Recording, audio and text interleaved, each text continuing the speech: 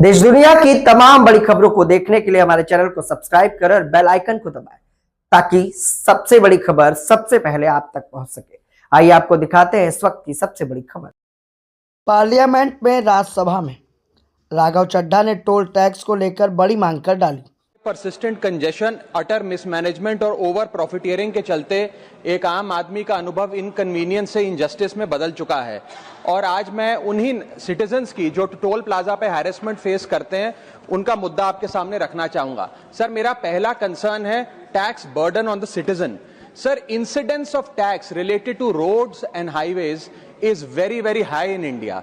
पहले हम income tax income के माध्यम से जब गाड़ी खरीदते हैं तो उस पर जीएसटी और नाना प्रकार के जो टैक्सेस देते हैं उसमें रोड टैक्स और इंफ्रास्ट्रक्चर सेस भी भरते हैं। उसके बाद जब पेट्रोल डीजल भरवाते हैं तो स्पेशल एक्साइज ड्यूटी, वैट के साथ साथ हम रोड डेवलपमेंट सेस और इंफ्रास्ट्रक्चर सेस भी भरते हैं।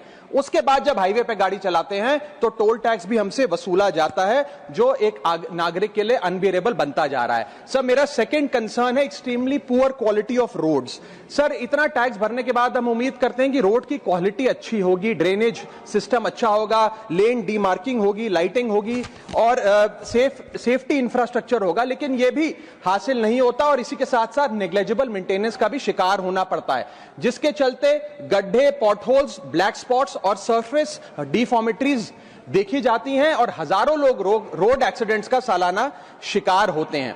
सर, इसके साथ साथ मैं बताना चाहूंगा कि केरला हाईकोर्ट ने हाल ही में अपने एक ऑर्डर में NHAI को फटकार लगाते हुए कहा that if road continues to be bad or incomplete, NHAI has no right to collect the toll और टोल प्लाजा बंद कर दिए।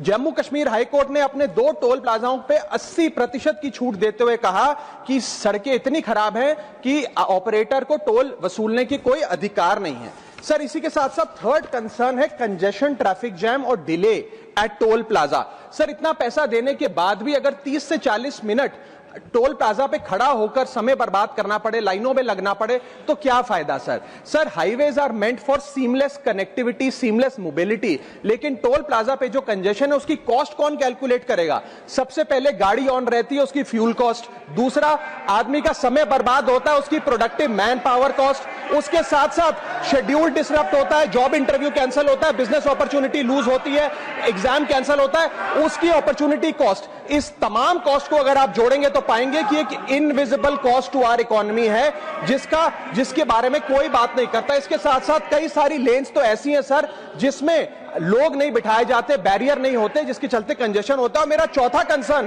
कि फुल कॉस्ट रिकवरी के बाद भी टोल वसूला जाता है 20-20, 30-30 साल तक। सर, मैं ये कहना चाहूंगा कि ये एक लीगलाइज लूट है जिसे बंद करना चाहिए। इसके साथ साथ एक नियम बनना चाहिए कि अगर 5 मिनट से ज्यादा कोई भी सिटीजन टोल प्लाजा पे खड़ा है तो उसकी गाड़ी को फ्री में निकलने दिया जाए।